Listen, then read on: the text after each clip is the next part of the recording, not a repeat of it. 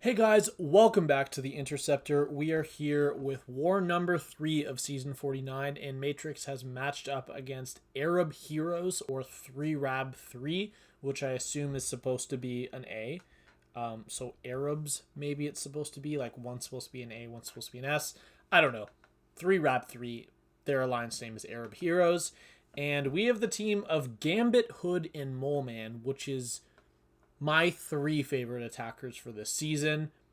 And not that I'm actually using Mole Man often for fights. I think I used him for 1 fight last season total. But we have a nice war here. We have an 8 fight war, 6 fights with Hood, and 2 fights with Gambit. So should be fun. I'm just applying my boosts here. For a few days or like a few weeks, there was a bug where the 12% mystics couldn't be bought in store. They could only be bought through like this screen, the boosting screen, where you go to apply the boost. You could buy them there, but for some reason they just forgot to add them in the store. They had all the other 8 and 12%, but they forgot those. So as soon as I ran out, I made sure to buy them here. And with the new change, you can buy them infinitely, which is amazing. And on the first fight, Path 7, Section 1, we have this Chee'ilth. And this is a very good placement because if you throw a special in this fight, she is going to cleanse it and she is going to reflect damage. So with Gambit, the strat here is to just never throw a special attack.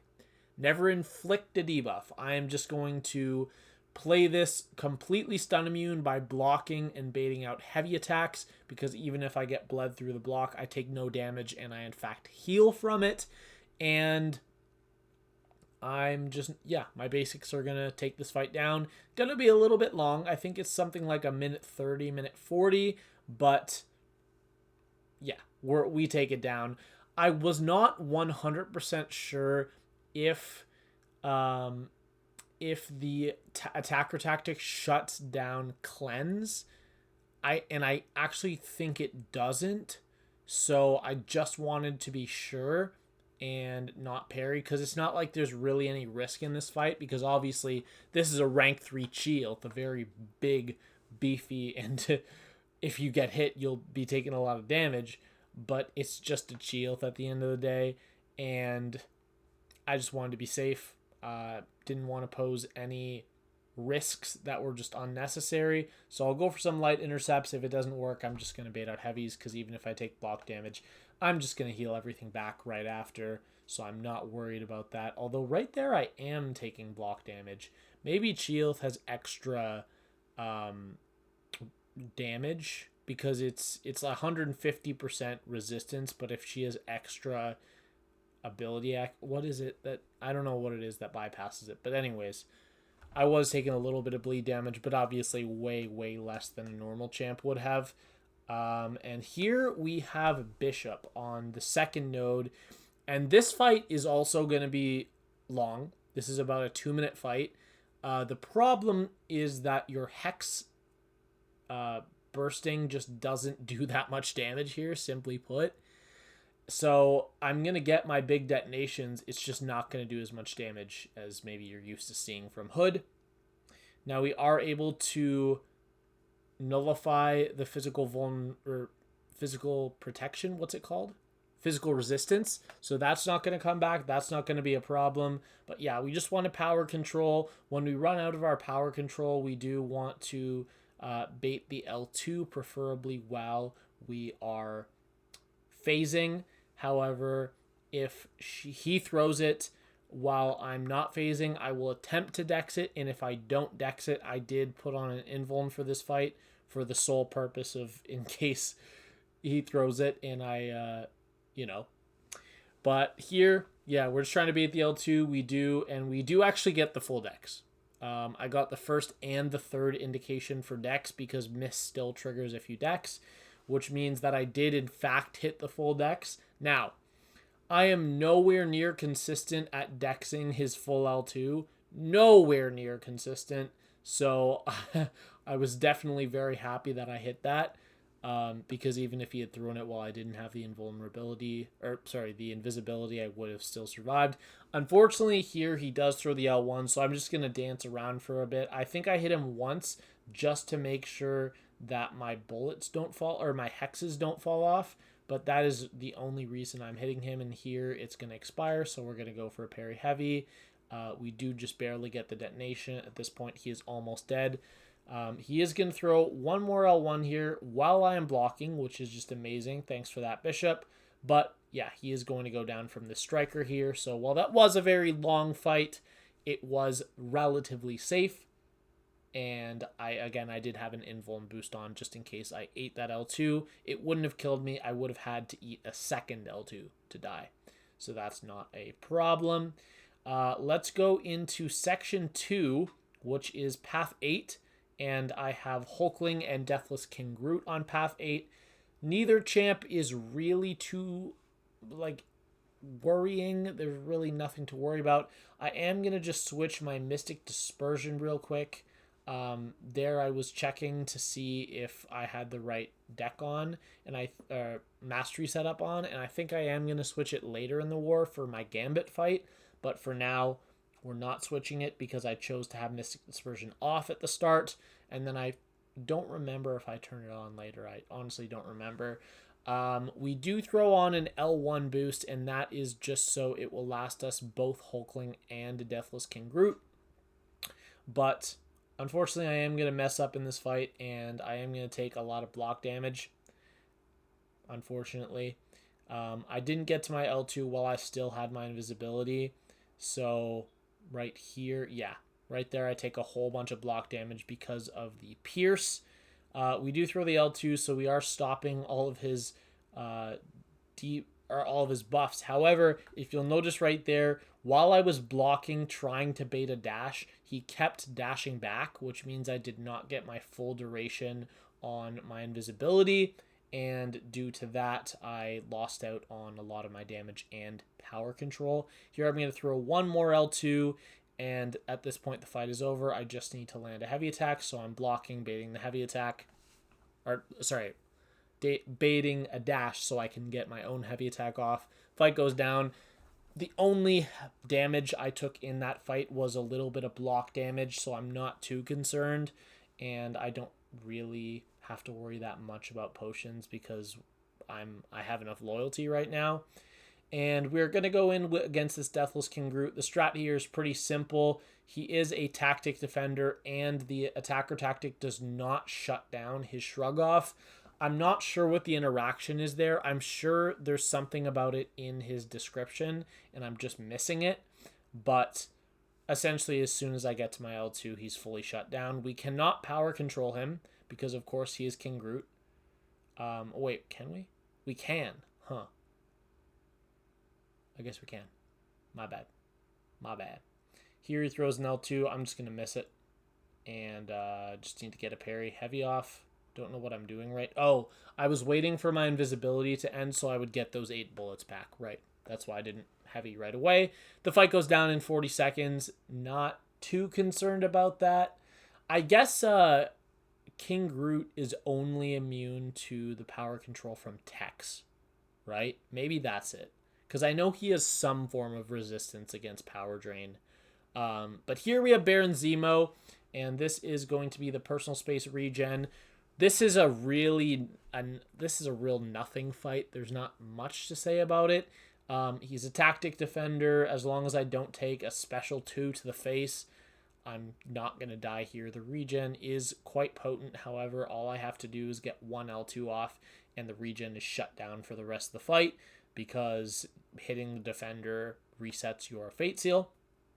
So, yeah, I'm just going to get a whole bunch of bullets off, cycle my L2, and I think right here, yeah, he's going to throw the L2 into my block, which is a little unfortunate, and I'm going to make a mistake and get hit right here, trusting that parry to stick. What an idiot.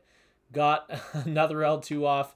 At this point, I know my heavy will kill, so there I did a 4 light combo, so I didn't inflict any extra hexes, as they would have just been wasted. Not that I go anywhere near running out of charges in this war. I don't, but it was still nice to do. Here we have our next fight. This is a very clean fight. This is going to be Kingpin on node 41, which is the Power Focus 2 Root and 10-hit unblockable node. Not too much to say about this fight. The control in this fight is just really nice. We're going to throw on an L1 boost that is going to last us for this fight and our next fight, which is a hazard shift fight. And that is pretty much all. So yeah, throwing on the L1 boost. These are my last two hood fights, and then I have obviously the boss, the Bullseye Boss. But yeah, we're gonna get a few charges. 2 charges plus the parry gives us more than 100% prevention on the Purify. So we do actually fully prevent it. And now we are at an L2. Power Steel gets us back to an L2. We go for another L2. Power Steel again is just being super clutch in this fight. Gonna go for a heavy attack. It's not gonna kill. That's completely fine. Gonna land a parry. Gonna land an L2. At this point, I just don't want to waste any bullets, so I'm gonna go for a heavy, and he dies. We end with full health.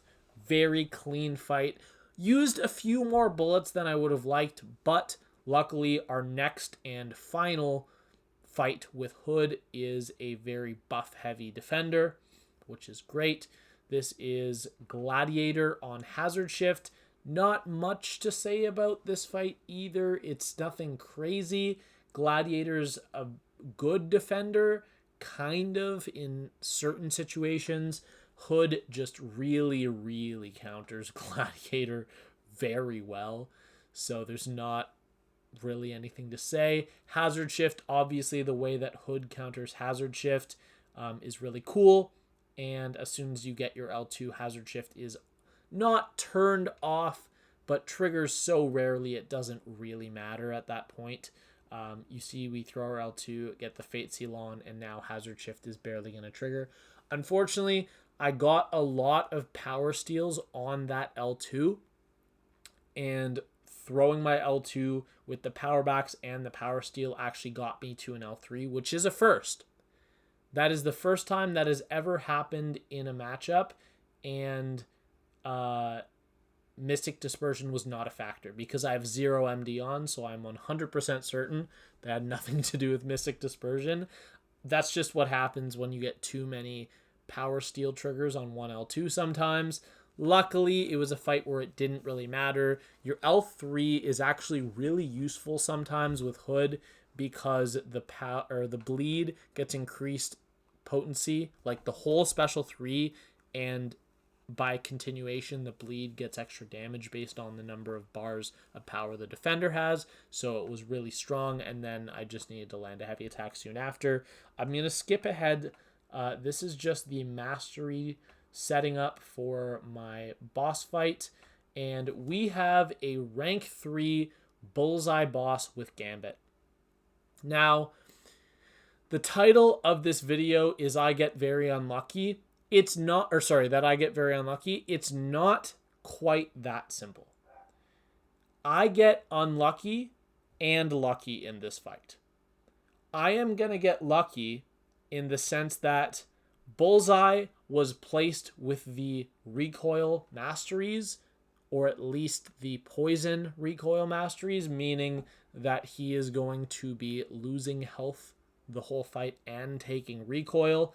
But the other side to that is that the defender is now hitting much harder into my block, meaning that the damage that he takes and the extra damage that he deals to me sort of cancel out, in the sense that the damage I take on block, the extra damage, means that I get one less L2 cycle. So the way that you want to do this fight, I was just going back there to make sure that my... what was I doing? Oh, to make sure that the boosts reset, because if you exit the screen, the color changes, and I just didn't want to... I wanted to make sure I didn't misclick anything. And I didn't, so I throw on an invuln boost here. The strat here is get to your charges, get all your charges, counter his heavy with your heavy, and throw L2s. And the way that the stats kind of line up for power back boosts in this fight is that if at least one of your 2 hits on your L2 crit, you get back to an L2. If both crit, you get sent to an L3.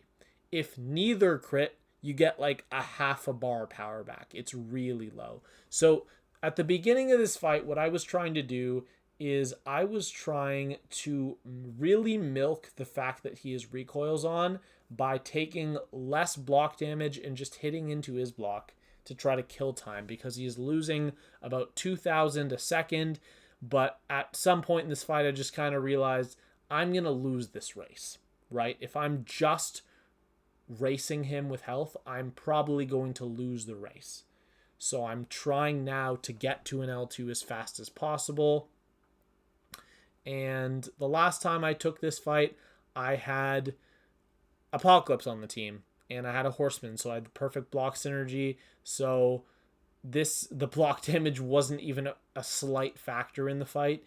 And here you can see just how mean this man's block damage is. Here I can finally heavy counter heavy, go for my L2, and look at this, 0 crits. 0 crits. It gave me back about a half a bar of power, and at this point I am losing the fight. So at this point I kind of think, okay, I'm going to full commit to just hitting into the block. And here I'm going to do some light attack tricks to get him to pause, to not move as much. But I also have to watch the global. And here I take some hits into the block, dashing back. I'm going to throw my striker here, and my striker is going to kill. And I was so happy that striker killed, because I was so scared, because if he had thrown that L1, I would have died. And yeah, so you can kind of see how I got unlucky and lucky at the same time, because if he did not have the recoil masteries and I got mediocre crit RNG, like average crit RNG, the fight would have been completely fine. Like I said, if even one of your 2 hits crits on L2, you get back to an L2 with power backs. Unfortunately, neither of mine crit, and Gambit has about a 50% chance to crit on special attacks. I think it's like 40 something percent, like it's just under 50. So the chances of me getting 2 non-crits back to back is pretty low. And unfortunately, that is just what happened. But if the defender had not had the recoil masteries, the block damage would have been lower, and I would have had enough health to get back to my L2 a second time and tried it again, which means that I would have had another chance.